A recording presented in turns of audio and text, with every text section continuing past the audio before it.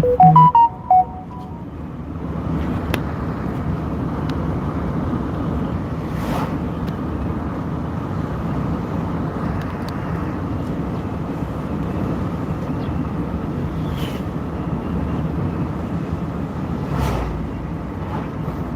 Martha. Nick, good morning. Good morning, Joshua. Good morning, Antonio. Yes, it's a new week. And it's going to be a hot one. Yes, looking at the evidence we have, the week is going to be a hot one.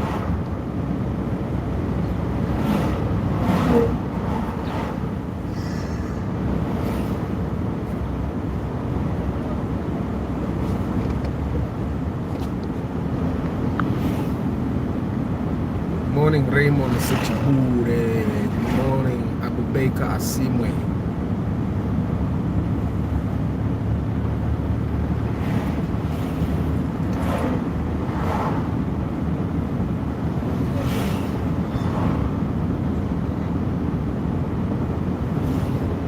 Yes, I hope you guys are doing well today. I'm healthy, so I can't complain. I accomplished a very heavy task yesterday. It's the reason why I could not be live in the evening. And that made me think about so many things. Because one of the reasons why I could not accomplish the task in time wasn't really my own doing. But anyway, that's a conversation for another day. Jerome, good morning. Good morning, Abashir. Good morning, Michael. Yes, I have my morning is not bad. My morning is not bad.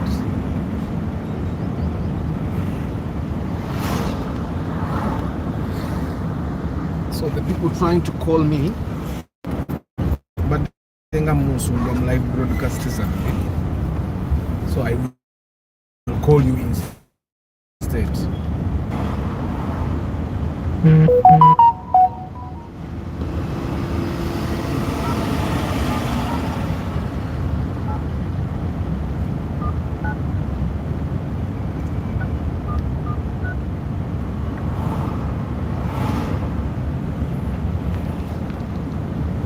Good morning, good morning, good morning. They don't get the matter. They don't know in Kusosi. Attention.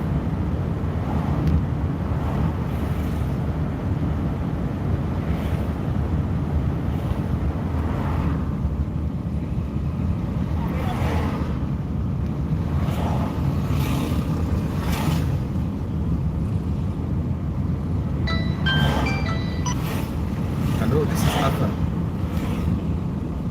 Hello, this is Arthur. This is Arthur. You tried to call me. And I the city young is in town. City young. City.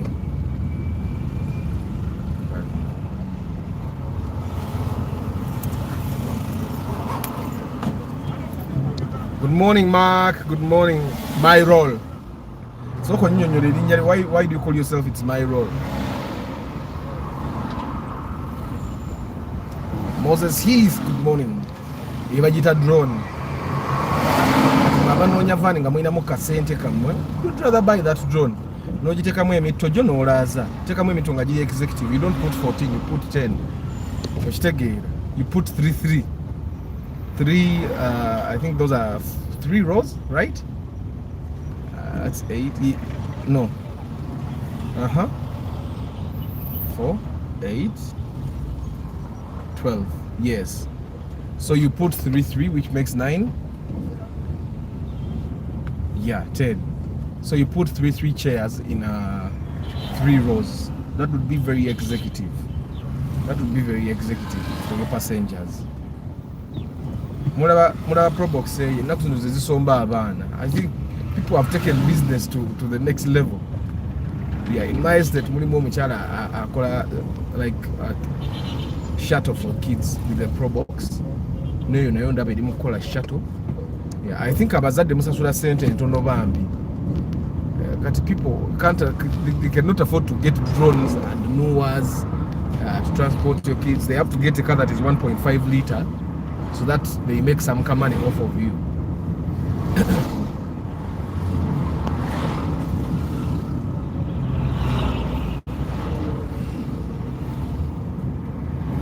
No, Mark too grand you didn't get the math away yakamatara.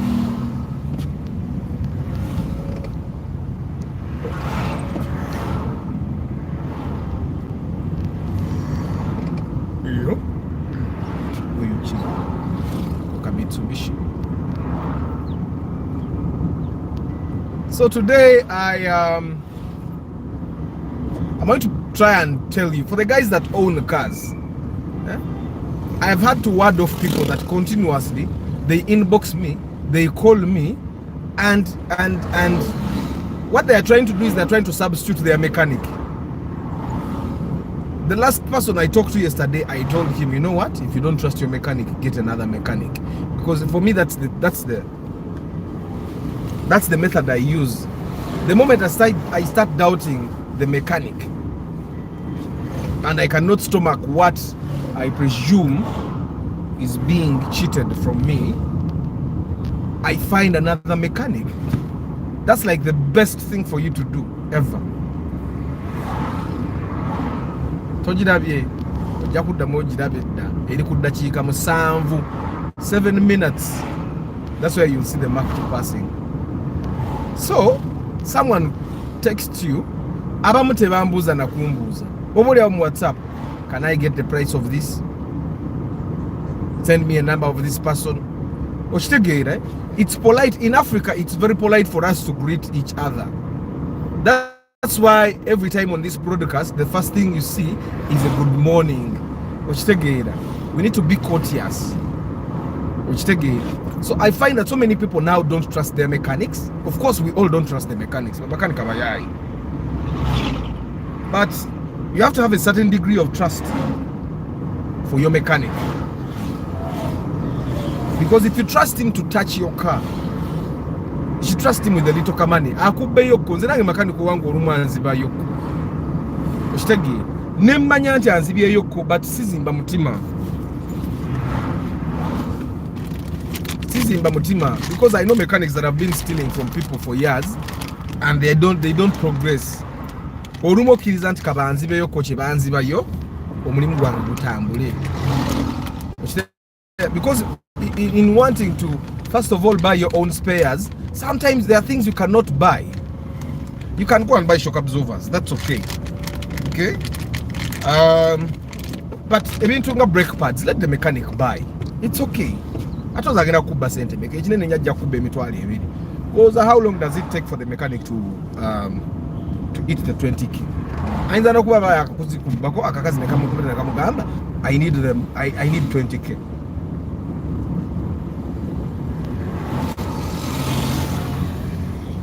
So I think it's important that we understand I'm not a substitute to your mechanic. And I will not be. That's one thing I need us to understand. For the people that we have bought cars with, some of them end up using my mechanic. Because some of them are first-time car owners, and they're first-time car owners and they don't have a mechanic, so they need someone that they can trust. So normally we trust people that have been trusted by other people first. There are people that we have bought cars with and they left their car with my mechanic for a month, for weeks, before they come back, they come and get their car, and they found their car intact. They found their car not driven. Why? Because he has other cars to drive, his own cars. So he doesn't drive clients' cars. I remember there is a time a lady came, she bought a car and it had to be sprayed, I think, and I also worked on the brakes. She gave the car to the mechanic, and I think it took an extra day or two before she get her car. And I think someone told her, your mechanic is driving your car. Let's go see. They came and ambushed him. They found him in a car that is newer than theirs. And in a way, I saw them kind of calm. Because their car was in a spray place. We were spraying it in Morocco. And they went and waited for their car and took it. So you need to have someone that you can at least trust. People are not perfect. But you need to understand that yes, we have been treated by unqualified doctors. All of us, by the way, in Uganda. We have all been treated by people we thought were doctors, but actually we are not doctors. How many of you have ever thought that there are male nurses? But male nurses exist. I think that's one thing that we have not yet come to terms with in Uganda. That there can be a nurse that is male. We have been treated by male nurses, calling them doctors, because apparently we have all been thinking in the beginning that okay, all male people in the hospitals are doctors. Musau. Even women, we have been treated by women that are nurses, calling them Musau doctor. Some of the deliveries in hospitals are done by nurses, especially our big hospitals, the national hospitals. Why? Because of course resources. Sometimes the doctor is not there, and then the woman goes into labor, and then the people there have to make sure that she delivers. And then it's the nurses, and then they end up doing a very good job because of experience or something. Even me, I might switch from Noah to Alteza. I'm now on the search for Alteza. Good morning, Cats Pro. Mujja kuchuka. You are right, Arthur. There are things which stuck in our heads just. Now, it's important for us to understand that mechanics are human.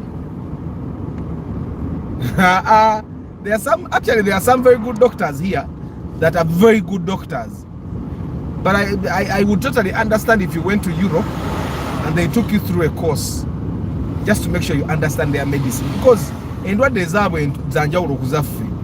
So I would totally understand if they have to take you through a course for you to understand. And if you don't go through a course, then you have to find something to do meanwhile as you do a course or as you collect money to do a course.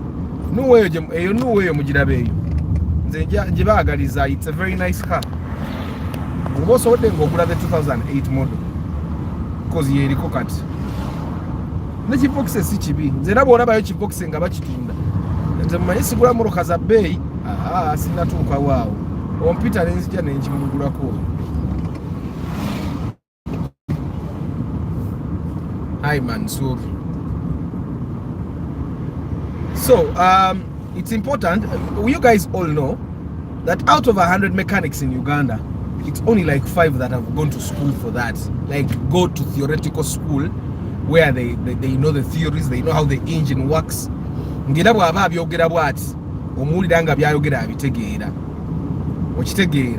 very few of them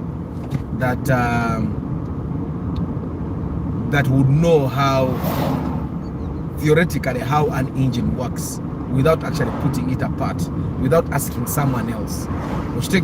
And those that actually went to school know what they are doing. The people that went to places like Chambogo, I hear Chambogo is a very good school for engineering and education. It's like if you want to study education and stand out, if you want to study engineering and stand out, you go to Chambogo University. But if you want to do industrial arts, you want to do business, industrial arts is Makerere University, the main campus, but business you go to MOOBS. So almost every school is known for something. And engineers from Chambogo have been known to be very good at what they do. So you find a mechanic that did mechanical engineering, not mechanical engineering. Isn't it mechanical engineering?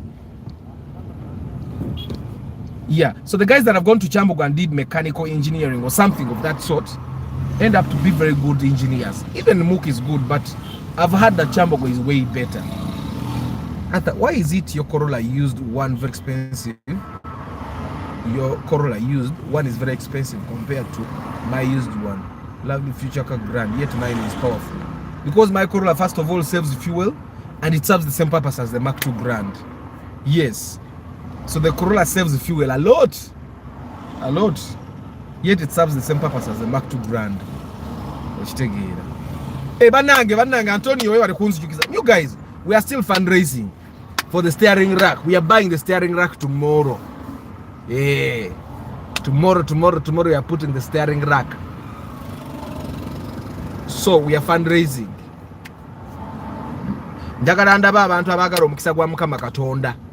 The people that want God's blessing. Sigensigo. Many bayigira on the job. Exactly, Hanifa. That Noah is very comfortable and very stable on highway. Just it disturbed by grandparents and big humps. Yeah. But started here today, the one you talked on Saturday, Modochi. Yeah, Modo. It's a GT.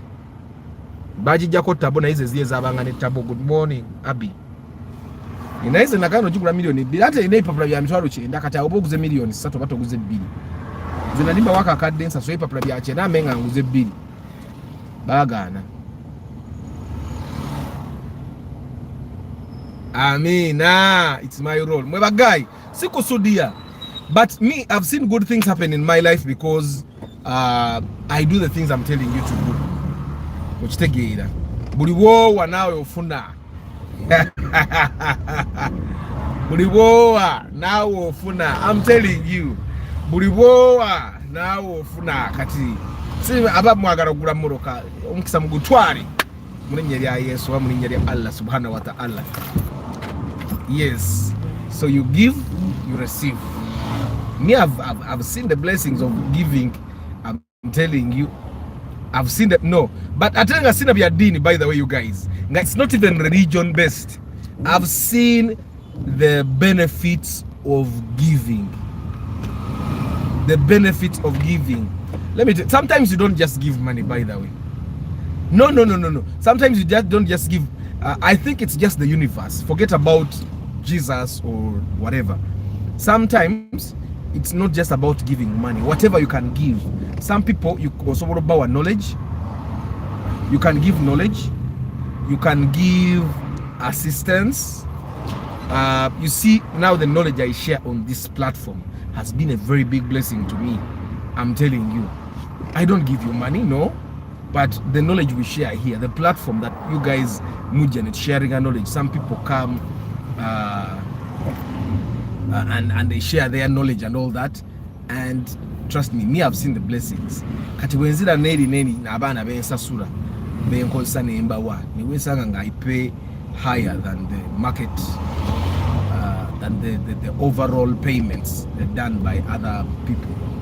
Me, I've seen blessings happen in my life, so that's why I'm telling you that wonompaka center mkagate kusendeza steering rack or jakfuna blessing. That's just how the way the universe works. It's not teaching a religion based, teaching a God based. I think God made things to work like that. That's just how things work. When we were blessing and now you get blessed. So I saw a Corolla like yours. You know Corolla bali bajinguze milioni 8 na Uganda. Mwe bagayi munekwate. Munekwate Corolla bali bajinguze milioni 8 nengana. Ngana buganyi echujo yogerako. Ngana ndaba. Mwana ngaya agenda kola sente. But I know he's not selling it 15. He might sell it like 14.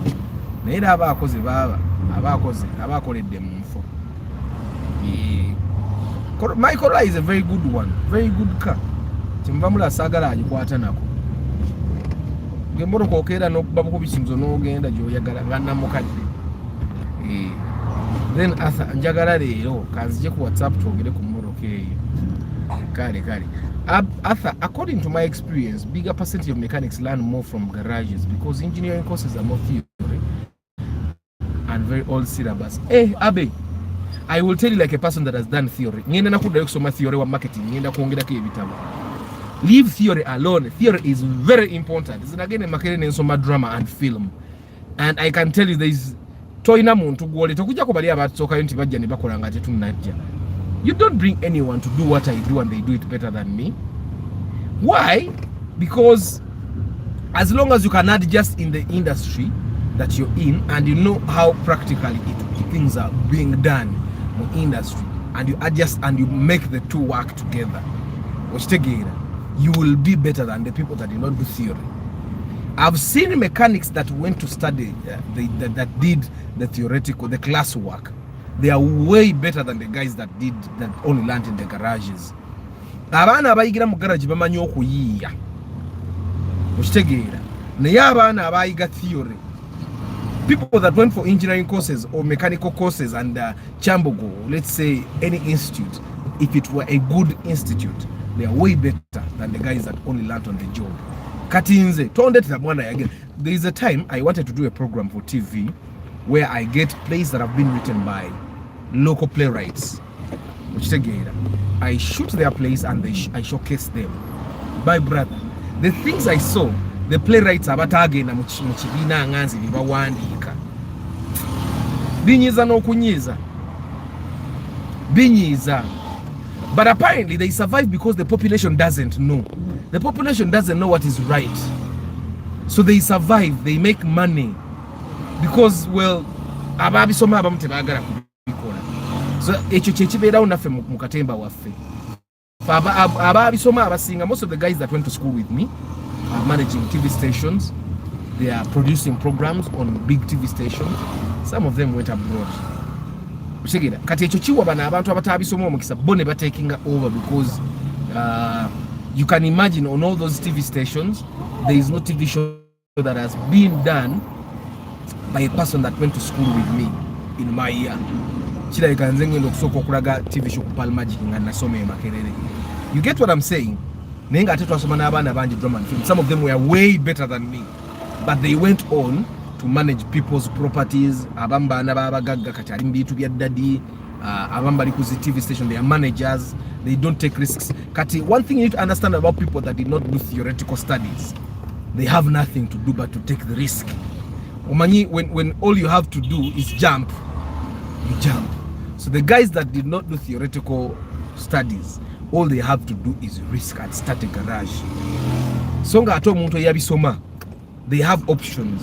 Bosoma kato muntu nga yasoma mechanical engineering. I don't know if that's the course they do, but I'm imagining mechanical engineering, mechanic engineering. So they have options of going to Dubai na akanikireyo, aina options of going to the US na akanikireyo, aina option if they can get access. Omuntu atabisoma access into because tabana bitabo. So I know tandika garage one. That's why the garages are spread out ngabati babisoma. Naye osanga omuntu nga yasoma theory ngati yali mulungi kati nze Athonesi mamu ku directing obo oyogira ki. Okitegeera. So I'm that good. Morning Bari Kudembe Joseph. After my kids in class ask me why I love you so much. Bambi, send my greetings to them. Obagambe, Uncle Arthur has said hello. Akvisen, good morning. They see me watching your videos always. Hey, that's heartwarming. That's heartwarming. Meanwhile, I checked the Platos website and it looks like the marketing page no longer exists. What do you mean the marketing page? What do you mean the marketing page? The marketing courses are embedded in the courses that we do. Everybody that does acting has to do marketing. That was the initial what do they call it? That was the goal for founding the institute in the beginning. I think the marketing courses came because there was a need for them. But then the direction changed to actually focusing on the cores of the organization. So that's why. But every course that is being done, there is marketing embedded. Like a writer, how do you market your career? How do you market yourself? How do you brand yourself? Marketing is embedded there. That's why we don't have an independent course on marketing. ekyo tukirekedde aba concentrating on that. Yeah, Emma, good morning.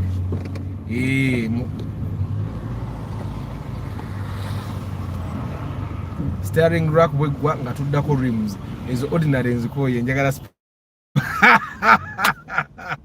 but now I was going to buy sport rims and then I remembered sport rims zatika buno bulimu bwange tebulina buzibu enange kati soka tugule raka tubirabe ebyo atoniyo olutankudde. All graduates go for internships in garages, but they know better than garages. I can tell you, I went for my internship in a theater group called Arena Talents Uganda. At that time, those guys had a TV show on Bukede TV. They were popular, I can tell you. They were popular. Do you know what they mean popular? Ngomuntu atambula mukubo wati abantu batale ye bye sebo bye nasanyiso kulaba. Those guys were that popular, and I went for internship there. Nenga bibakola. I tried to even improve some of their systems because me, I knew what needed to be done. Apparently they are stuck. Because they did not know the right things to do. When you go sanzo umuntu yasoma theory, nganika practical kamanyi. Yeah, boy. So they go to the garages because the garages that exist zaba batabi soma. So they have nowhere to go. Kati waliwo muyaya kanika Land Rovers oka. Bamuitani. He's an NRM person, but he's good at what he does. Aina garage kanika Land Rovers oka. I think he's located in Nigeria. He's good at what he does. And I can tell you that I would not want my son to start a garage as a person that did not study theory. No. Not any day. Again. So they do internship from there because that's what's there. I went to school to study marketing, but the only way I can do an internship in marketing is going to an organization that needs marketing. So you end up in like a supermarket, helping them streamline their marketing and all that. Now I see violence regarding sex, and thanks. Yeah, I think sex are good. They were banana. Good morning, Mavo Gadget. Good morning. What's the matter? Them people are happy way. Kale.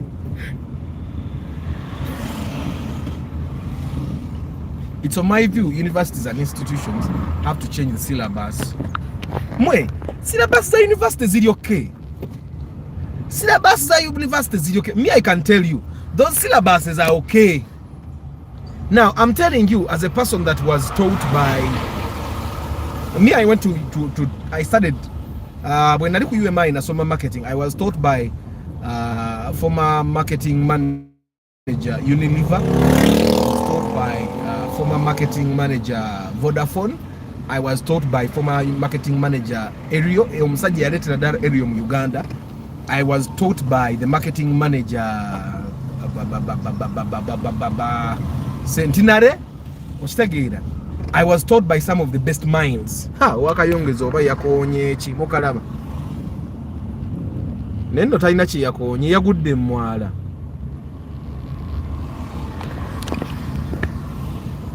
Yagudde mwala oba abadde atamidde. So, but you know why UMI stands out? Because UMI is being the people that teach at UMI do the things they teach. Most universities, the problem at universities and institutes is that the people that teach there don't do the things they teach. So they don't know the practice. So that's the trouble. But the syllabuses at universities are very okay, I'm telling you. Syllabuses at universities in Uganda, syllabuses at university in Dara. That's one thing I can tell you. So the syllabuses at universities are very okay. So anyway, Kamaro kumara comment is not today kumuna fe.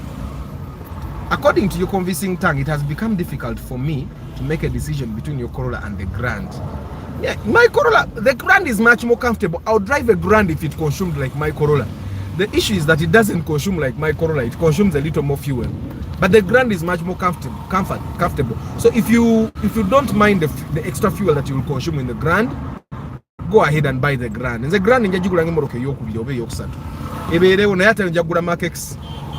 I'm doing a mechanical course, but we carried out a survey on certain mechanics. They know how to diagnose and inspect the engine by asking him the operation. Just got annoyed. Exactly, Raymond. Thank you. Echirungi Raymond una abagamba. Those mechanics, but they only know how to diagnose the common issues. I told you guys, nze nali mu motoka primo yange eri charging tunza. Makanika asukidde okuntwala mba wiring, and the wiring guys they are the best in the country, and they kept telling me after the problem of this guy is mechanical.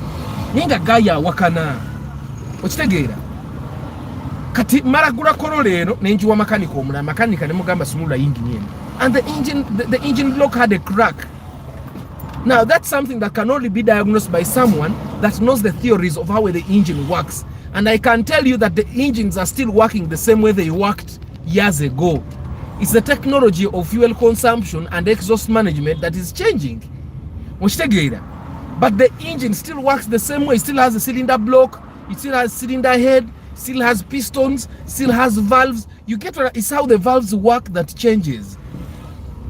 I don't know if you guys get what I'm saying. So the theoretical bit of the university courses doesn't change. It's you as a student that has to make sure that you find out how do I work practically. No, you can get it practical. Practical. I was best director in my year. But that's because the moment I entered first year, I already had my own group. Nayo no musajja waka spasio kana avuga ubi airbag yabukayo nadda. Nera achavuga ebyekigwago. Airbag eriwe. You get what I'm saying? That me, I find that university courses are okay. They are very okay. It's the people that teach them that have a problem. Okitegeera. Jeka achali mu holiday yagala amanyo kumpedeza bifaananyi naye jeke muntu muzibu. He sends you a picture and he says view one time. Yeah, no mulabako one time ne kye deleting. That's what it does. The one I know is a friend to Norbert Mao. Yeah, that's the guy Edwin I'm talking about. Kati oyo mwana be basoma ebituufu. Nagenda nasoma theories okitegeera. And even those wipers nazo I saw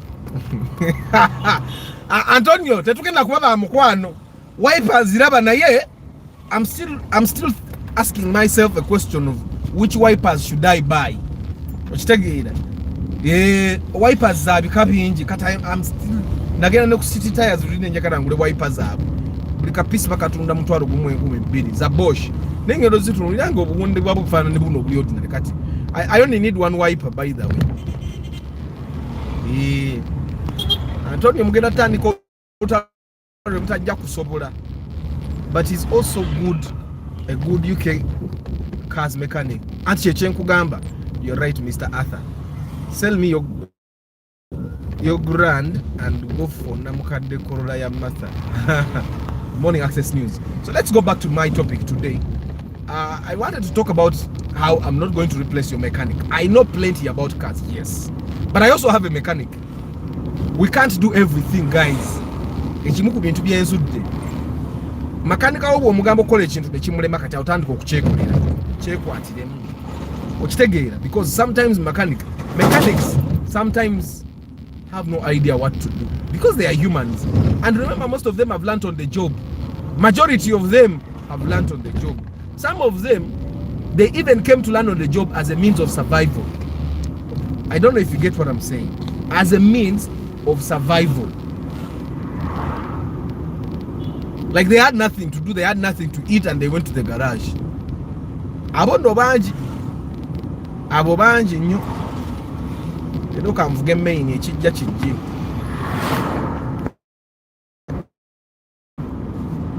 Abo banji, the ones that came for survival.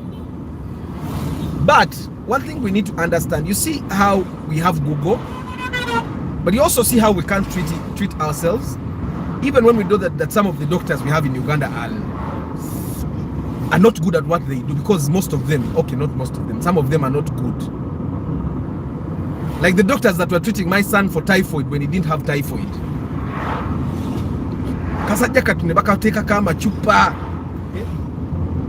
The boy lost all his weight. He was weak. And then all of a sudden I take him to another hospital and he's jumping in like 2 hours. Now someone told me it might be that the other treatment they gave your son was also working. Bullshit. Working namna gani? The kid was in the hospital for almost a week and was getting weaker and weaker. Medicine doesn't make you weaker. You get? So we have some very bad doctors, but we don't treat it as ourselves. Everybody still gets a doctor. You'd rather change a hospital, change a doctor, but don't change the need for a doctor. So that's one thing I need us to understand. There are plenty of people that keep inboxing me. How much are brakes for this car? That's going too far, you guys. Nange brakes is a gulida. I give the mechanic. I know the price of the brakes, but sometimes my mechanic will cheat me. Why? Because sente zanziba tezina kizigenda mukolera. I'll tell you that there are times my mechanic cheats me. Bwamala okunchitinga omukazi namukubira namuwereza esatu anzibye mutwalo nawereza omukazi esatu. Okitegeera omukazi gwawereza sente tamuyinaamu mwana. And we all know that sometimes it ends in tears when all the money zebakubye nazo zigenzi. So you let the money go. Okitegeera nti sometimes let the mechanics cheat. Atagenda taina kyagenda kuzitwala. Mukorola yekuba hamsinga lori. Antonio eyo phone nankani phone holder yekuba kerero oyo.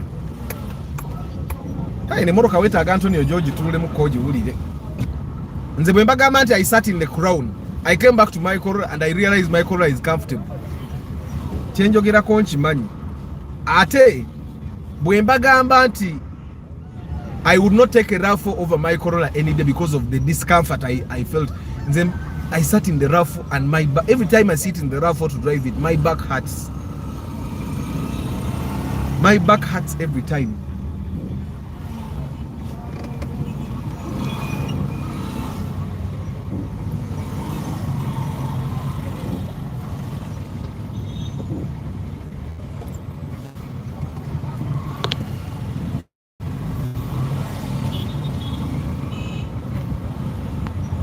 Antonio siye baguma matha. But those chicks, mwabakazi ate sente bazirya goloza basaga. So anyway, you guys, we cannot substitute the people that know things better than us.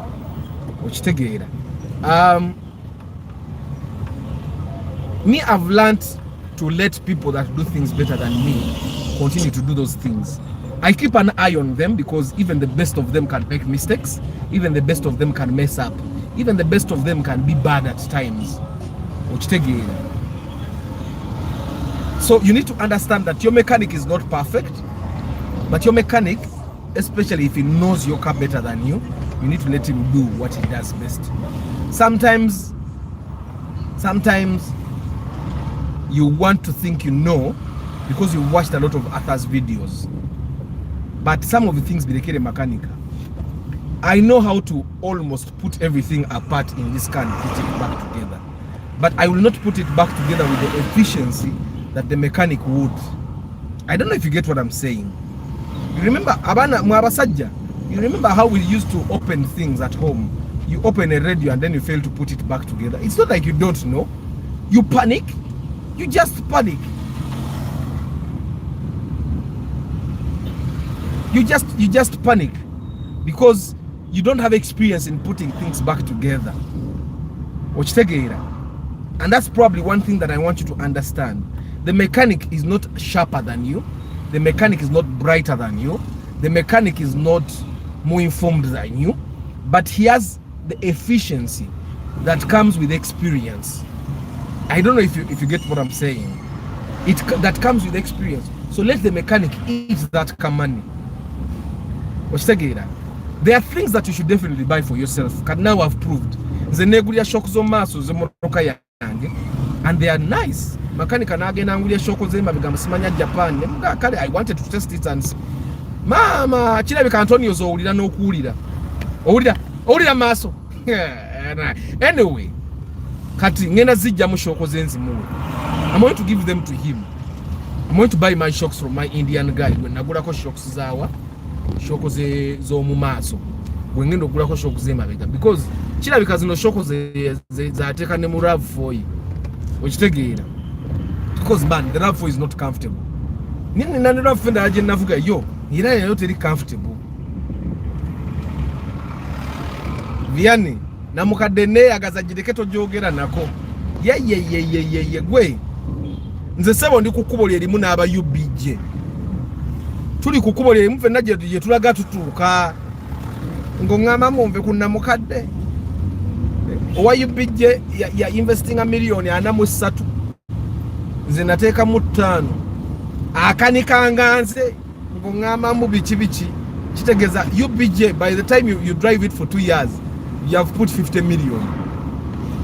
Okitegera kuba mwate spare wa baba msera no baba sira ngavaga a new model spare wa bay.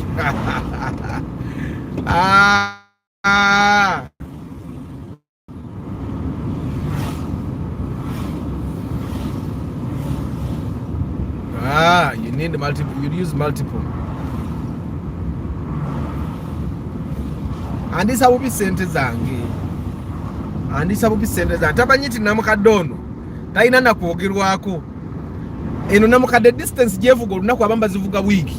Kati Vianney oyinza oba distance jevugo lunaku jivuga wiki. Sicho. Goroza memoroka yompya bupya kumbe taina byetambula girete wafogira. Good morning, just as Mahaz. He'll pass with the Indian guy's number. Nedda sebo musajja oyo muyindi tandansa sura sente. I don't endorse people that have not given me money. That's how the business works. Yeah. But privately I can give you the number, but I will never share the number here. Yet do I even have the number? Me, I just walk there. Duka ndi manyi na number isiji manyi. Chimanyi nche duka ate nange nonya, you know how those buildings in Kampala can be. You walk until you see the colors of the shop.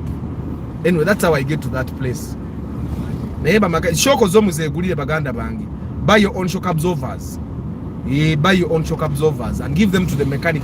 Don't buy shock absorbers from places where they put them in. Abonabo babi. Guys will sell you shock absorbers at 900,000. Like, why are you buying shocks at 900,000? Guys, there are no shock absorbers that are going to outlive the Ugandan roads. These Ugandan roads will kill any shock absorber you bring to them. So just go and buy shock absorbers, buy as affordably as you can. Mwana bodo mlai wako robokodio.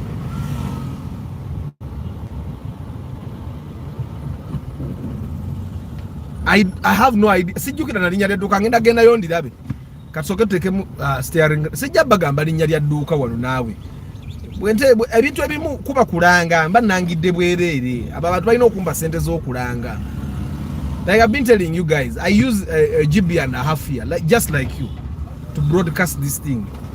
Abantu abagala endorsement baba ino okumpa yo kasente. Okitegeera. After we need money, even if we don't have kids yet. Oyagala kuwemula.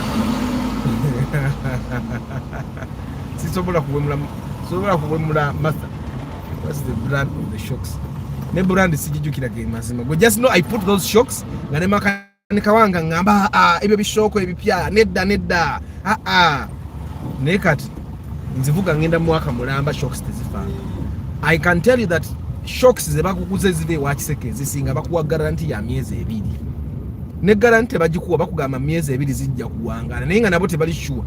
Most shocks that you buy in Uganda, they will work for maximum 6 months. That's why the people that buy new cars from the bond have shocks that live longer than the ones they put as replacements. And just that abamu shocks za mwezi wangala because temuvuga kubo ngali yangu.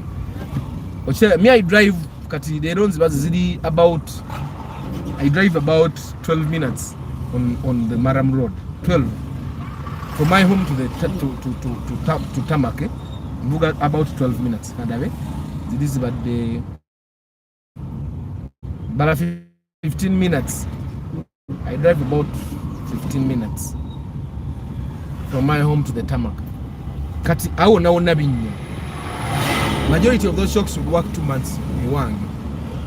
The shocks z'omuyindi bipya ne brand sijijukira ate ne brand eyo ni ntete aliko mu nabe wakise kabagireetako ne bamani bagivaako. Asim kati agala okufuna the people that want the shop of the Indian or the number of the Indian mumpereza omutwalo gwenjikuwe bamba nkuwadde bugagga is a number kati ngenda tandika kuzitunda because kati nze nkoze ne testing 1212 testing 1212 our roads have mastered their thing. Yes, our roads are killers, they kill everything. You guys, I was thinking the other time, why do we end up buying bushes every day?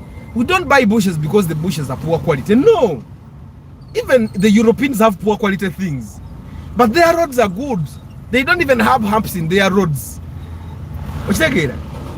Even the Europeans, they may put the bad quality things in their cars, but they live longer because omwana avuga kakubo kankalibwe kati all the time. Kati bush inafadi, shoko inafadi, fengudo zezite motoka zaffe tewali kirala.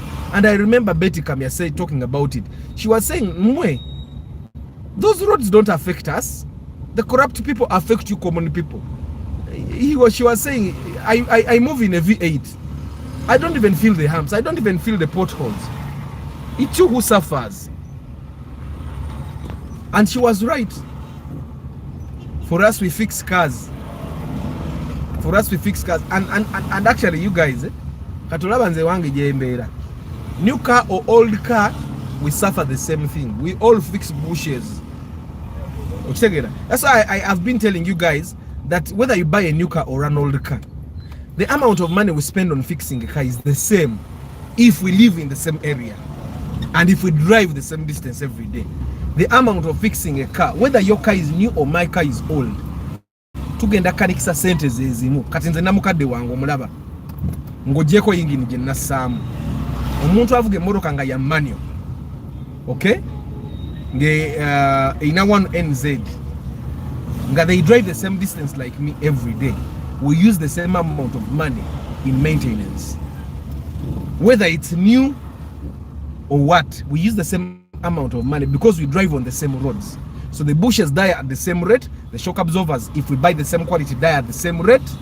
I don't know if you get what I'm saying. The tires get worn out at the same rate.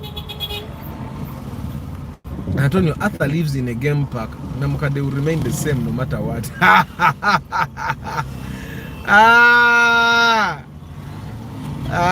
Mumve kombo mukadanyirira biki okunyirira kuteka mmere ku table. Yeah, but you guys, me, I think I've gotten to a level where some things don't eat me. Like sport rims. Me, I had sport rims and I put them off my car. I gave them to my mechanic. And I bought ordinary rims. So sport rims, it's not like I bought this car with ordinary rims. I'll share a picture of when I had just bought this car. This car had sport rims. Why? Oyagala kunyigira nze. Atwale eri naawe. Omusajja asala alemedde ku mmotoka yange. Aba boda abatya. Ayagala kunyigira nze. Mweba guy, when I bought this car it had sport rims. But looking at the roads that I was driving on, and because I had a history when I was driving a Golf, I saw that sport rim break. Navuga ka Golf nekakuba ekinya sport rim nemenyeka, and it wasn't the boat sport rim, it was the original Golf Volkswagen sport rim. It cracked and broke. So me, I had a bad history. I moved with my family in this car. Probably that's something I've never explained to you guys. I move with my entire family sometimes in this car, and sometimes I go fast. Like on those tarmac roads, 30 kilometers per hour is really fast. So and I thought about it. I decided that I would change and put ordinary rims after doing research and knowing zino rims in ordinary rims, they never break. Ziri sport rims are breaking. So I put these ordinary rims. Recently I got the money to go to buy the sport rims, and I sat down with my wife and she told me, but the benefits are not there.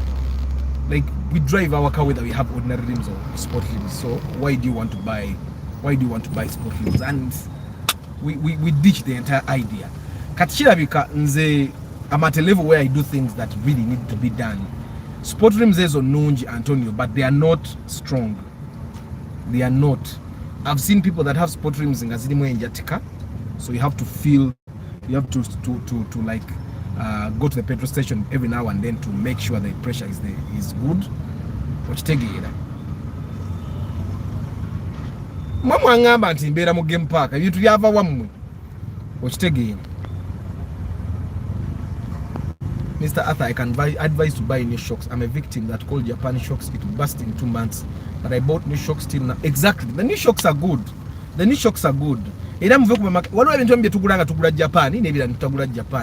those CV joints, buy Japan. The ball joints, buy Japan. But because the pair table different ball joint for kati aba low profile bo abavuga low profile bo kitegeza tebagala manya. I don't know what you mean. Aba low profile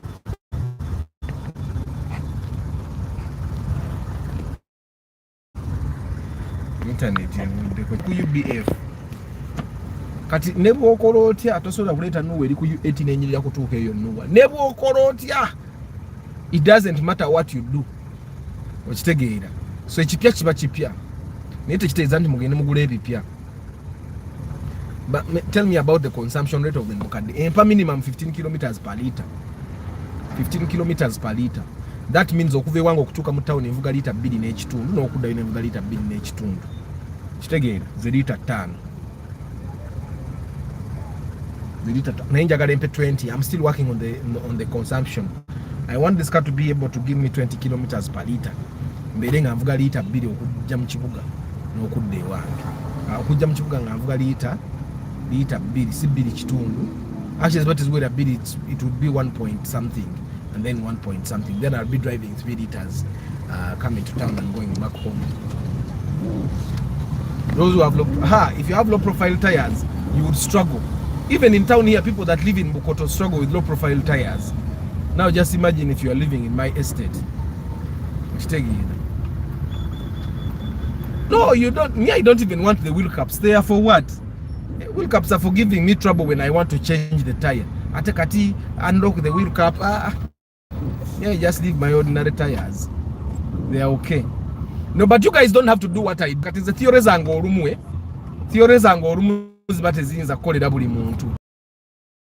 Myself, I'll share a picture of this car when I had just bought it. I still have pictures.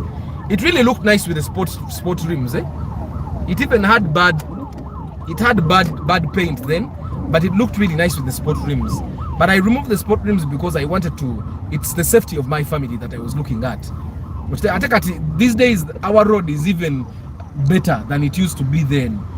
But then there were so many potholes, and I thought, Wimba mvuka family yangi rim ne yabika. Okitegeera nfa kinensi nenzi jako nenzi wa makanika nimuga agenda we yagali. Actually, he put them on a spacio that is sold to someone. So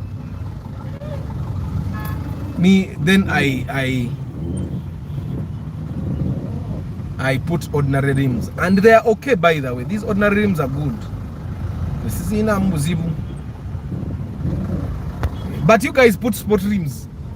Mwagale moroka zinyirire. Mutekeko sport rim. Nze moroka yangi. Kastentu sagenda gabyo kunyirira sagala manya. As long as I get to where I want to go. The goal is to musirikale atukiriza. Nze sikuba kitaranga sirabye omusirikale. Mwe guys, Antonio yabajukiza tu fundraising la steering rack en.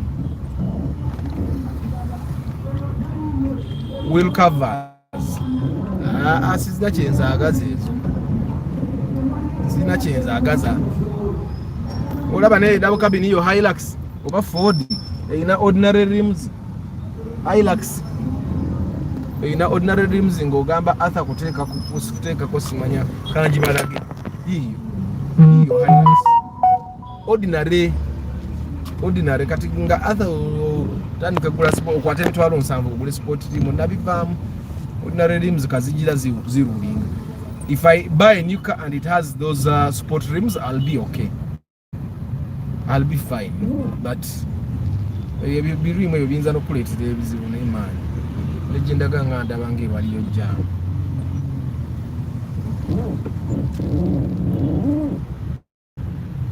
Here picnic, you guys. That's the Ipsum picnic for the guys that didn't know how it looks. It's 2.4 liter.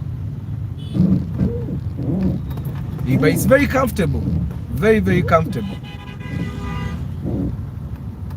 Yeah, but if you buy it, you'll be stuck with it. Nobody wants it. You know the people that see, nobody will. You put a picnic here, put some ordinary. There, people will buy the ordinary, and they will come and try to buy the picnic like they are buying a Bajaj.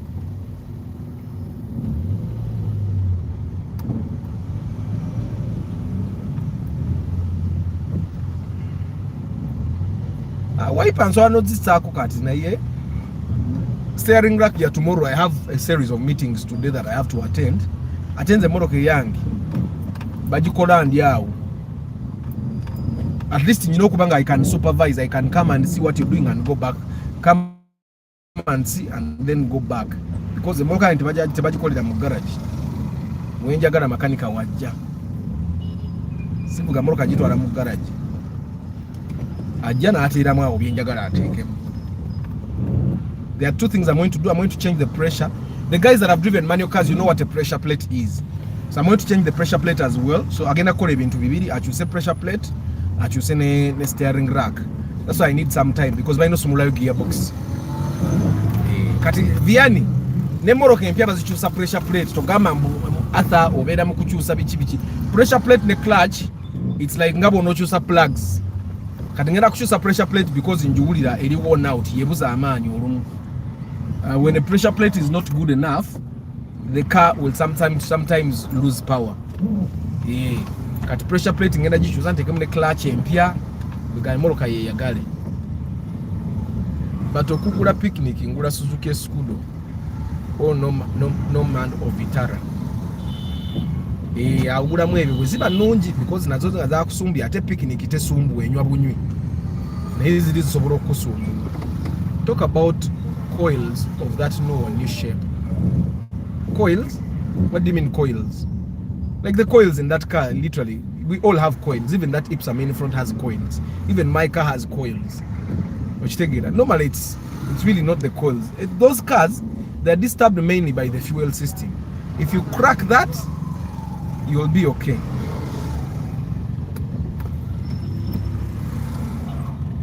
The picnic. Don't you go 4 million ne weju salwachi wajigula. Omanje kitezo vuge moroka nga 2.4 liter. Kati ewange nze jenywe emitwalo 2 ekitundu. Oba onywe emitwalo 7 oba 6 mu 2.4 liter. Eyo. It's not worth it. It's totally not worth it. Awo olinda n'okunganya. Noweza million mukaga n'ogula Mark to musota.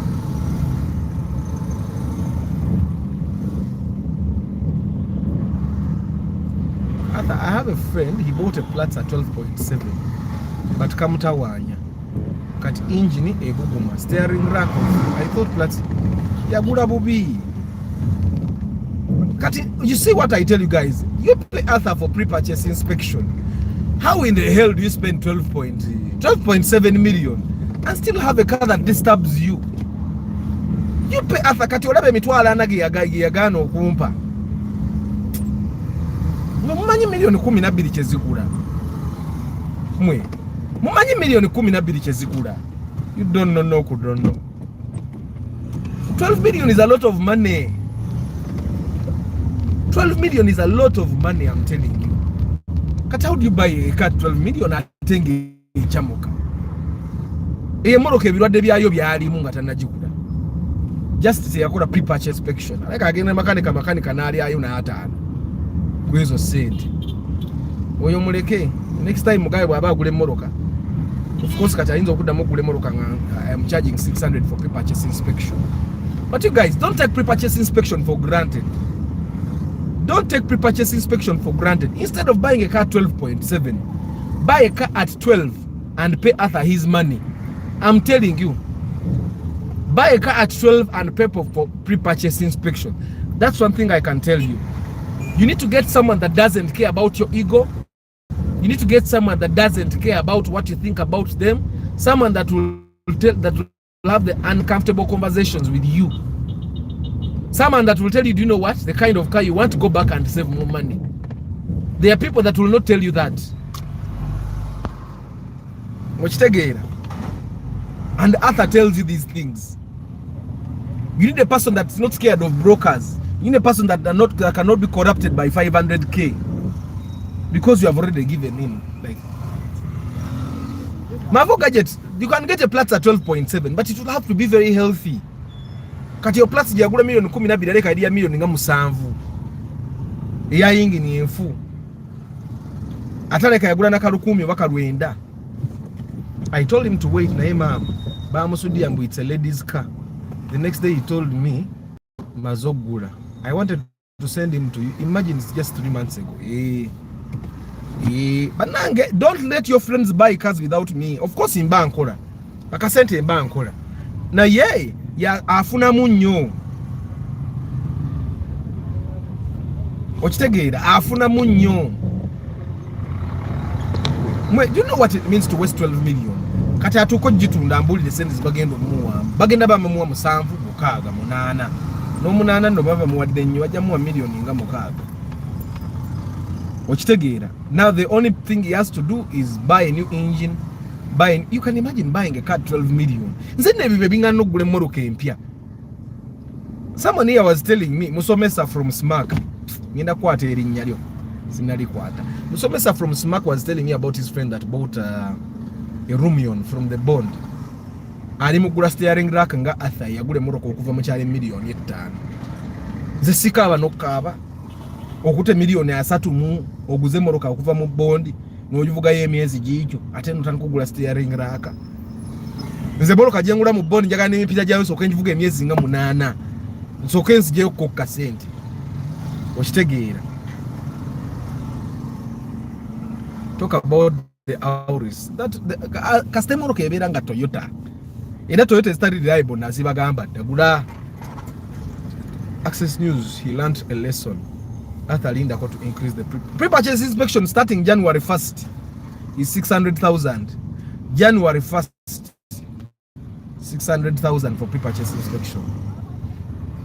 I think that price will also stand for only 6 months, because one thing I've realized is the people that do pre-purchase inspection for save a lot of money. Banange ba saving a cent. Ekintu atategeera sente ze ba saving ayi muntu atamanyi kiri mu katale. I'm telling you. You can imagine the Jude yali agenda gula spasi enkade ku million 25. Na agula rawumu empya ku million 26. You get what I'm saying? Ne yetandikire moroke ye ku million 26. Now, I will tell you, no one is going to tell you these things. There is a guy, he wanted to go do Ubanga. I gotta go wish. Wish million. I told him to wear motoka. Now, he paid me for 100,000. He did not get a car, yes. But he did not get into debt he could not pay. Now, that is looked at as a simple thing, but it's a very big thing. He would have gotten his 9 million, given it to a person who would have come back for the wish. In like 4 months, that wish would have been taken, and the 9 million would have gone. But because he paid Arthur 400,000, he still has his 9 million. I don't know if you guys get what I'm saying. Omuntu ayina sente asinga atazirina. Nebobo yagale moroko otya omuntu ayina sente asinga atazirina. Kyova nze mbaga nze mbadde nekuba emirundi mingi. Nakagenda mu bondi emirundi ebiri okujja yimoroka nengana enfa kine de dunia ngene mvuge corona yange. Ejo kati siddayo. Okujja ngo wa bondi yampise nangamba Arthur nanga kwate motoka. Era bwe mbamu inabakwano bamwe abayina bondi nga bagala okukola ku sente. Mubagambe bampe motoka. Aba bondi boss agala sente njagala motoka. I want a car. Yeah, demand is so. That's why I don't endorse any bond. I don't. bond jengendo kwendosinga, you have to pay dearly for it. Kasana keeko era laga today is going to be hot. Gwe mwayigira we moroka uvuge moroka ntono weyisanga avuga V8 ono Subaru naye agivuga ko linnya kayinze ngamvuga Subaru nga jama nkwata viani nze ngamvuga Subaru nga jama nkwata kati omba nakubye dama sasa papa nga banviridde zizo Subaru bano bombi Subaru bazivuga ko manya ayi no lyo wempya kale kaleko kubanga bavuga Subaru empya bintu bakabira bana niba nabo busaru obukadde bano nze bomanyiranga nyimirira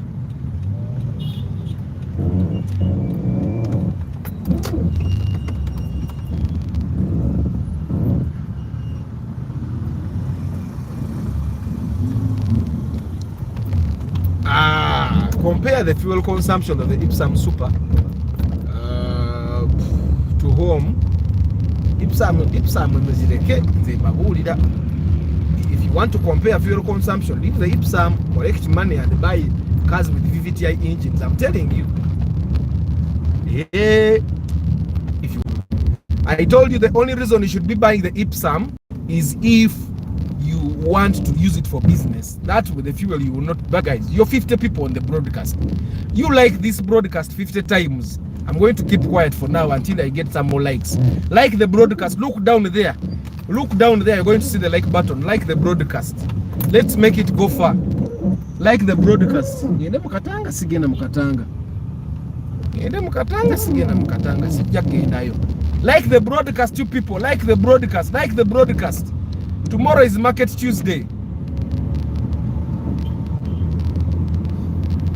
Neno jense kastowa taxi jari wala yakawate lokutambula. Manya aba taxi wababera waba watambula. Aba taxi temabala gagenda wantu wati wakola.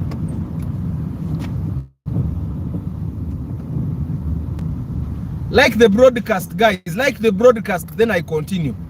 Like the broadcast. Wajita hari ya zezaso okezo. Zinywa? Nenga moroka nunji. Kati there kazi if you're a person that calculates fuel that you should not be buying. Ochitegera. Muzirekera ababede. If you're going to buy a Subaru and you calculate fuel, buy the Impreza. Full stop. Like the broadcast, like the broadcast, like the broadcast. Only 16 likes when we are 52 people on the broadcast. People. Come on, people. People. Eh? Atanze, I don't need a car because I'm working away from Uganda, but my family need it. I put high prices to rent. Mark to Musota at 6 million. Can it be possible? I park it and it's used whenever when needed. Yes, Mark to Nigeria 1 million kale musanvu. Enunjo obulungi etali nji. Ochitegera. Nayenga abe Ipsam mujireke. After talk about brand. That's a very nice car. I think that's one of the cars that I've been recommending for people that don't have a lot of money. Broadcasting. There is a picnic rotting here, but they have refused to sell it. Repairing it will take more money. Yay! Is a Moroccan, is a Mozileke. How long does it take to transfer ownership at URA? It depends on the conditions that exist. Depends if the URA network is on. Depends if the officials at URA want to approve. In Uganda, you give timelines, but sometimes the timelines are not adhered to. But most times it will take you 2-3 days.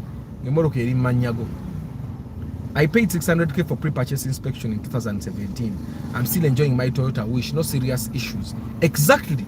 Bosasura sends a pre-purchase inspection. Ofunamu. Nebo bulwogenda noyagala nolowooza nti sente z'owo omuntu omulala okulyako. Or akugaggawaddeko, you will still reap the benefits. I like the way you phrased that. Zinywa zo zinywa eyo iranzo omuntu avuga emmotoka eyo hari yeyo aba ina sente aba ina sente abali na sente. Anyway guys, the thing today was I wanted to tell you guys that I cannot replace a mechanic. I'm not a mechanic. Nze ndi munakatemba atendi marketer. Ibyo byetegeera. The knowledge I share here about cars, this is experience that I've had. And yes, the experience I've had can almost make you think nkanika no kanika na sikanika. Ochitegeera sikanika. But banzibye nnyo banyangalaza nnyo to the extent that ebintu ebisinga nintandika okubiyiga nintandika okumanya bino obyegulira bino tobyegulira because the mechanics sometimes don't really care about if you make losses or not. The mechanics don't care whether you're on the road or not. Era bonova kukuba ng'emmoroka ekuleme bajja gamba wagula yaki nga togiso. I'm telling you that mechanic that smiles with you will actually be happy bonova kubala jaga yali anjoga n'okunjoga wano ng'aleese emmoroka ogikanika ng'ataakuwa mutwalo okitegeera. But at the time you were giving them the 10k they were actually thankful. Naye bwogwa you will say wali omuwanga mutwalo wayita omuwa sente zikola ki is making a sense. So in a way I totally understand the feeling that everyone can have with mechanics. There is a feeling of frustration naddala katifa abavuze ku moroka enkadde. My contact is in the description of the channel. I can't type it because I can't type in the comments. I think that's one thing that YouTube used to make sure that the owners of the broadcast don't exchange and they don't type as they do broadcasts. But also that makes it good that the owners can't actually counter what you guys type. Yeah, but my number is in the description of the channel description of this video.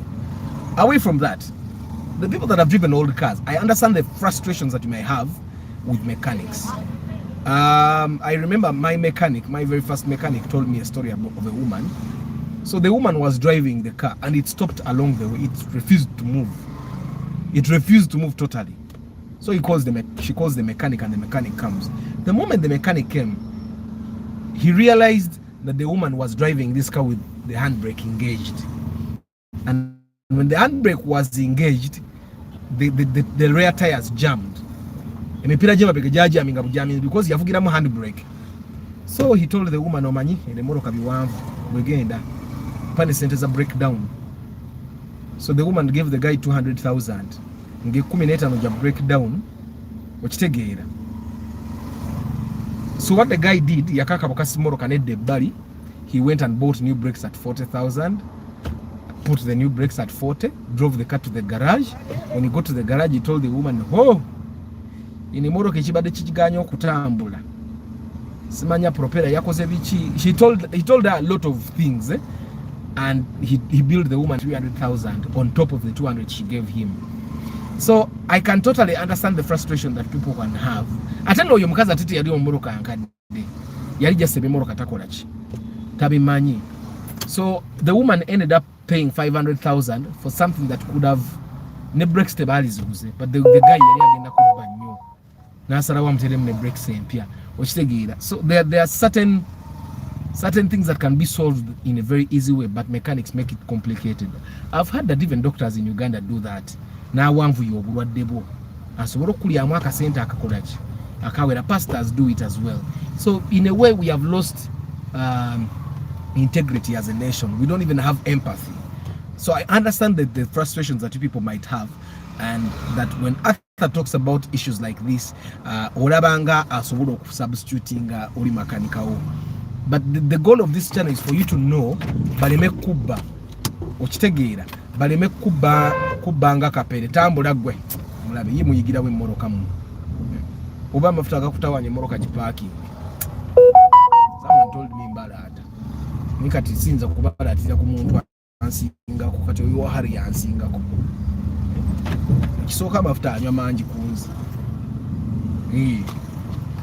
njagala ka 10 naye abazina tebagala zitunda anti ezemmoroka nnungi 10 ate efaji. I will tell you that I fix bushes more in my car than I would fix in a normal 10.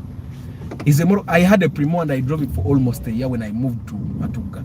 Saka nika ku bush n'olunaku n'olwo ate ngeri intact nenjivuga nengende e Hoima.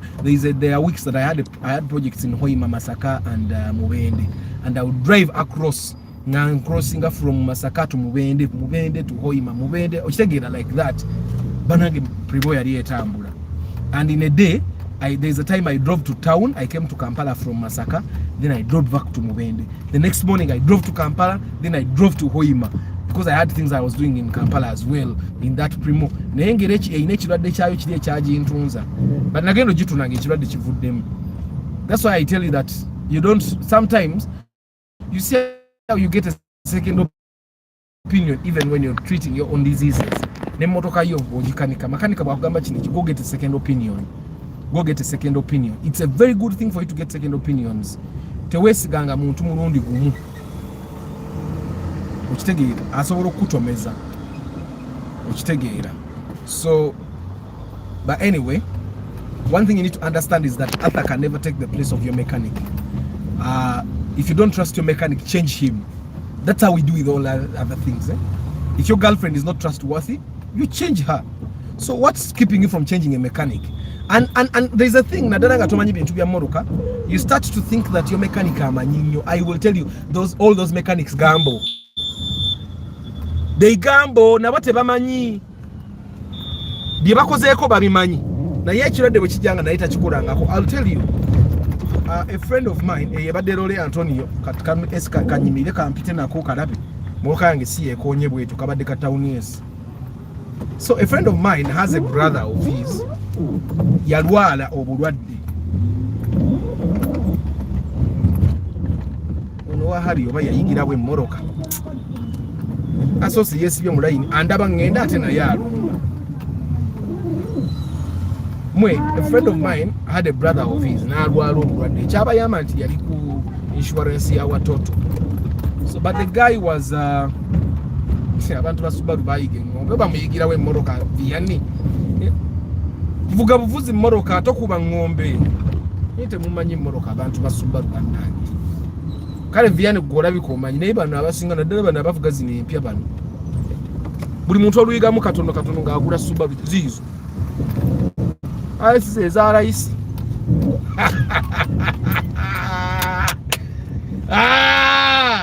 Bigani Subaru size eza rais zigenda tuka zino Subaru Forester nga ziringa ipsa nga buli wochuka wote olaba Subaru buli wochuka wote olaba Subaru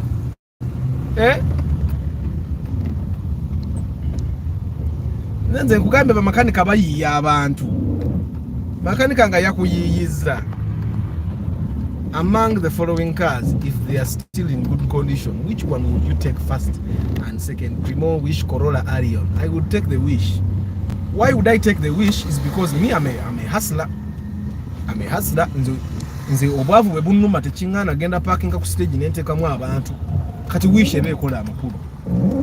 Okitegeera nze ndi hustler. I'm a hustler. Kati I would take the Wish. If they're in good condition and they were all at the same price, I'll definitely take the Wish. My guys, like the life. Banange bagambe kubali 18 tuna like abiri munya. Twiga video temujagaliza nabantu balala bagirabe. You guys like the broadcast. Chokola banange namba z'ebintu ebiri live ngenda zibakuza. Ompereza message no ngamba okujjako nina abantu bange benjozi wero obwerere. Naye kati mwe abalala mmwe. There is a chick we were talking to, she's a Munyoro. We work with her and we were talking about needing. We were telling her abasajja twagala otufukamira ndala abasajja abaganda and she was saying zokufukamira at least into.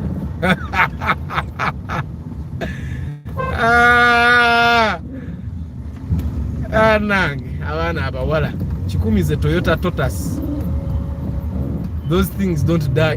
Chikumi era nange nenga gwakunga kali mu sente nunyi ngakula nenka sawe waka nga if all things fail ka chikumi ko kagenda ne kati eneringa chikumi definitely. Ize moro kendala zonna tujja zigula nenga kano ka Corolla kafe wekali nga wekali tekayina jikalaga kivula nakasamna yingi ni empya. Other people would have said jitunde ne yingi ni yayenka dogule moro kendala na yenedda. This car has served me properly. I tell you, it's manual. Manuals are almost getting extinct. Tujja tuka no nganze nyina manual Kampala. Banange people like the broadcast, Yagali zofune. By liking my broadcast, obonja galiza nawo wajja kufuna. Like the broadcast.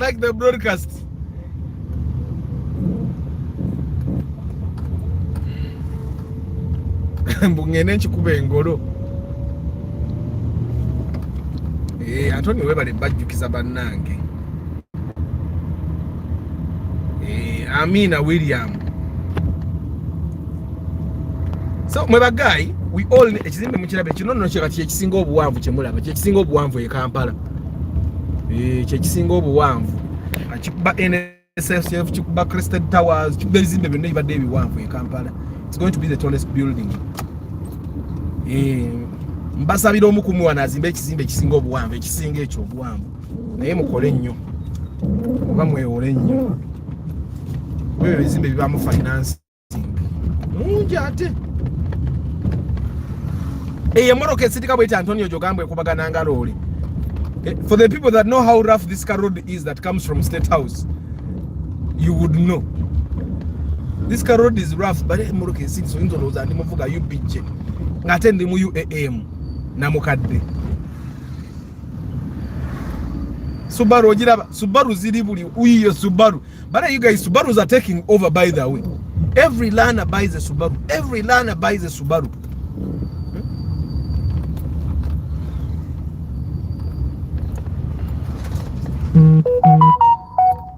You're telling us about the patient. Hey! Anange. Munange, the patients with insurance. Someone told me Arthur nawe orumobera ku broadcasting oyina byoyogera nobuka nova onodda mu kwogera ebirala. So my brother had a patient that had insurance.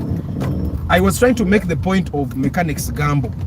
When something they don't know comes along.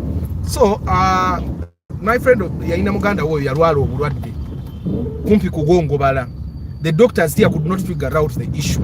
He was being attended by some of the best doctors in Uganda because he had insurance. Yali ku insurance ya watoto. They actually spent all the money the insurance was supposed to pay, and they started getting from other people's insurance covers. You get? So he was getting the best doctors. The doctors that had moved to South Africa came here to attend to his case because it was special. And now one of the doctors they asemba yo mukwatako wano mu Uganda naga, let me send samples and your diagnosis to some of my friends in the US. Now what happened was that obulwadde bwe yalina wane Uganda nga tebuliiwo. Okitegeera kati nga the best way to treat that disease is to actually talk to people that have a disease like that in their country. So they sent samples bichi in the US, and those guys tested the samples and they come up with the diagnosis. Ne guy kumpi ya gongo balera bwomulaba nga atambula, he's small and tall, naye era atambula alimu akagongo balamu because he spent a very long time on oxygen. Yalinga ku byuma for like 2 years nenga banoonya obulwadde bukoze eki nga bubuze. Kati ebirwadde ebimu byetufuna wano ne tulwala and they end up saying simanya dogo witchcraft. It's not really witchcraft, it's a disease that we have never seen in our country, and our doctors are not really familiar with that disease. And because you don't have the money to get your samples probably taken to hospitals in South Africa or the US or Canada or the UK where they have seen such conditions, so you die and we think that it was witchcraft.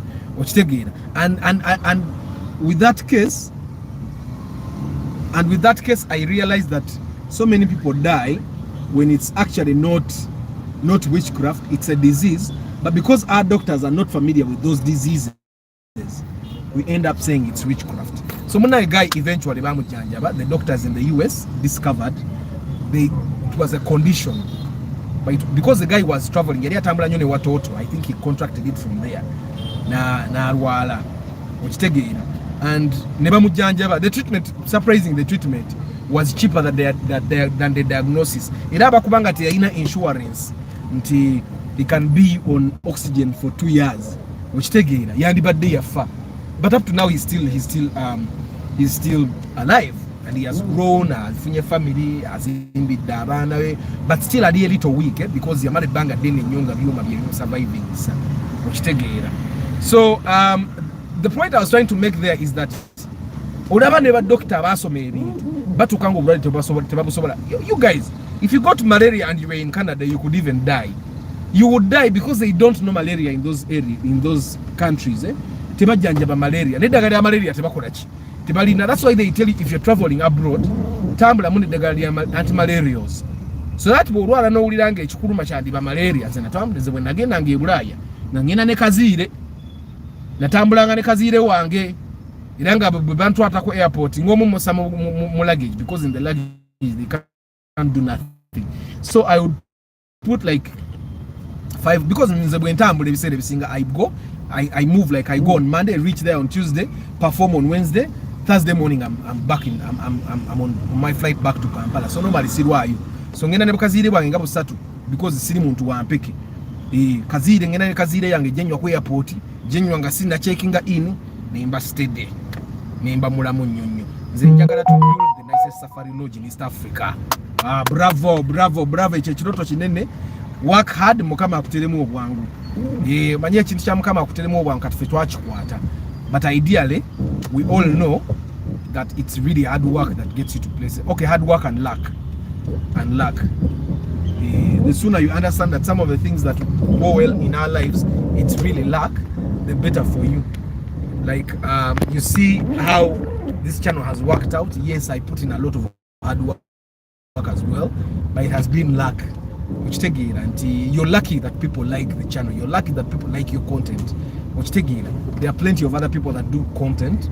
Which take it, and their channels are not as vibrant as yours. They don't have a lot of people to watch them.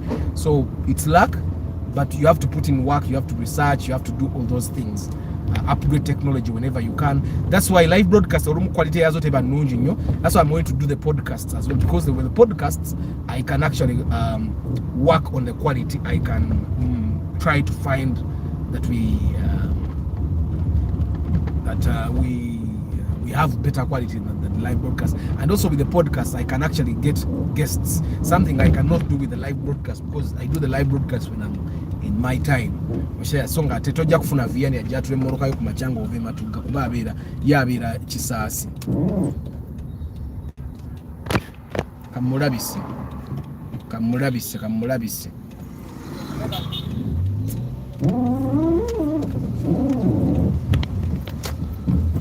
okay.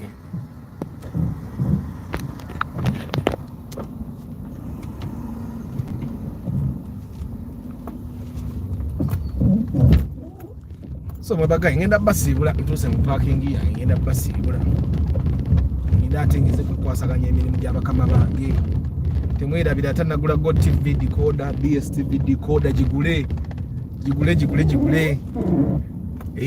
ata gena teka show ye soka ku DSTV soka kati botala bisho ya ata tono olaba yani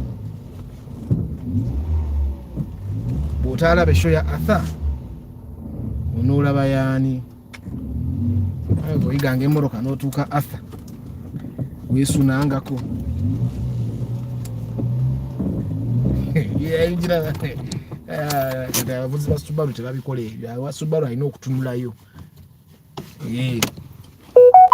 but anyway mwebagayi kati mwala kisibasibula. You must be a shareholder in Kaziri.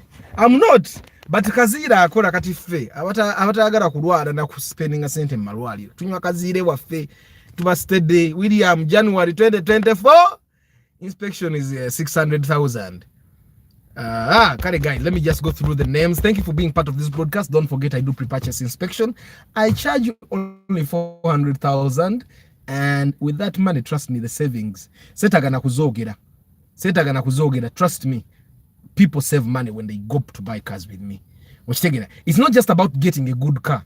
It's also about the savings you make when you get that car. Example, erida ivye yara umujitwa kagula ntoli yari agenda gula spasi yenkadde $2.5 nimugamba ne lwacho gula spasi yenkadde ngosobola kwongera kaka sente n'ofuna rawumu empya. Okitegeera ne tugenda and we got a room from the bond nga yajetandikidde. Now trust me, ne bolivuga emotoka ye yakabinga ovuga oba Mark X ovuga ki omwana nalete emotoka ye nga mpya ajetandikidde toyina wo omutuuka. Okitegeera, that's something kyatwala. He took some time to understand that yali aganye by the name. You know what, tugende mu bond, let's go to the bond and look at those cars first. Ngatonda bakwagala gula spasi yene nkadde. We went to the bond and somehow he changed slowly. Atuuka mpola ngenda okulaba nga atandise okukkiriza nti emotoka empya eba mpya. ate tekimaking a sense okugula motoka nkadde ku sente zigule motoka empya. Anyway guys, Antonio, Joshua, Nick, Martha, Raymond, Abubakar, Jeron, Bashir, Michael, Mark, It's My Role, Moses Heath, Ben Kako, Cats Pro, Emma, Aine Migisha, Edrin, Mansour Hanifa, Abby, Mark, Mari Kudembe Joseph, Ak Vincent, Emma Kafero, Bawa Matho Mubat. Thank you guys for being part of this. Namwe abali mukamoli, I don't take you for granted by the way. Akamoli yako nakote kabere kamungo uli oyagala okubyogera nengo. Hey, olumu oluzungu lwerugana, olumu toyina speed typinga, olumu nga bikunyumidde nnyo. Raymond Sechibure, thank you for being part of this broadcast. Access News, definitely. Vianney, omwagazi wa Subaru, Vianney podcasting nkwagala je tweyuze ana Vianney aina theory zisanyusa zeri mu America sizawa asimwe just as my has Andrew Okuni, Baba King Daniels, yes, Joshua nakogeddeko dandowooza, Benjamin B, Mavo Gadget Center, Patrick Arinawe, Anthony McAnthony, Hilary Flick. How is the consumption of Mark X Kampala to Masaka? On highway Mark X tenure, but on average it can give you 10 kilometers per liter. Boboju ojimaintaininga bulungi nga n'okugivuga bya kiralu okitegeera. Arthur, you promised that increment will be for new members. Access News, you're very tricky.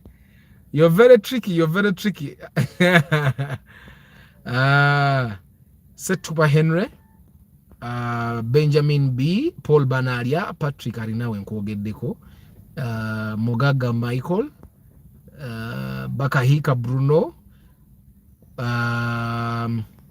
Clip Films Editunes, Donald Mugisa. Yes, mwebale nnyo kubeerawo. I don't take it for granted, by the way. Share this broadcast, by the way. The best thing you can do for me ngatona percent of pre-purchase inspection is share this broadcast. Sharing ku status, sharing ku social media platforms so that other people also get to share in the knowledge. Ate nange mfune ba follow abeyongera. Akase nange mfune abana banywa amata abani balina okunywa amata. Derek Kauma, William Magezi, Firstborn, Zach Kasule. Yes. Antonio, tusoka steering wipers zileke. Wiper ngenda zisako steering ngenda jikole enchante ke mune pressure mu gearbox ya ngate awe moroke pasuke. Kati ngo Subaru atanengerere gayo ya mpiseko mama Vianney. Yate ka pressure mu moroke no ngangu itako no nengerere kati wano ndi kubati vale ngo nengerere wakiseka. Gwe kakorola nga kadduka nga kagenze. Bana guys, thank you very much. Kamba sibule. Nesinze mbere ku mukolo gwa Martha. Emere tulina okugirya. Ate Emma, ono omukyala ndoza we mukomera we mutine mudda mu ggwanga lyaffe. Ndoza tukyale. Ndoza kwe kukyala okujja okuba okusinga okw'amaanyi. Tujja kuba tuwera. Tukyale tugende tuye emmere ekyo kiggwe. Bwe tuvaayo tutwaleyo emyezi ng'ebiri. Twanjule ekyo nakyo kiggwe. Naye tugenda okwanjula nga ali lubuto. Tukyakola bintu bya kwanjula nga abakazi tebali lubuto. Emma owulidde Emma. Yewe tuva mu kukyala akye n'okukyala twali kyadde ali lubuto. Okukyala nga ali lubuto tugenda okutuuka okwanjula nga lugeze ruti nga tukakaza nga lwaffe embaga tugikola kana akazadde nga tukakozeko DNA. Banange mukama bakuume. I'll see you tomorrow morning. Tomorrow is Market Tuesday. Yes. Tomorrow is Market Tuesday. Ngenda basomesa ku marketing. Ngina mwe musomese ku marketing. Fenna tuyige. You can come and market your business. Tell these people how they can support you, where they can find you, how much they'll have to pay you. I wish you a very lovely day. May God bless you and ciao.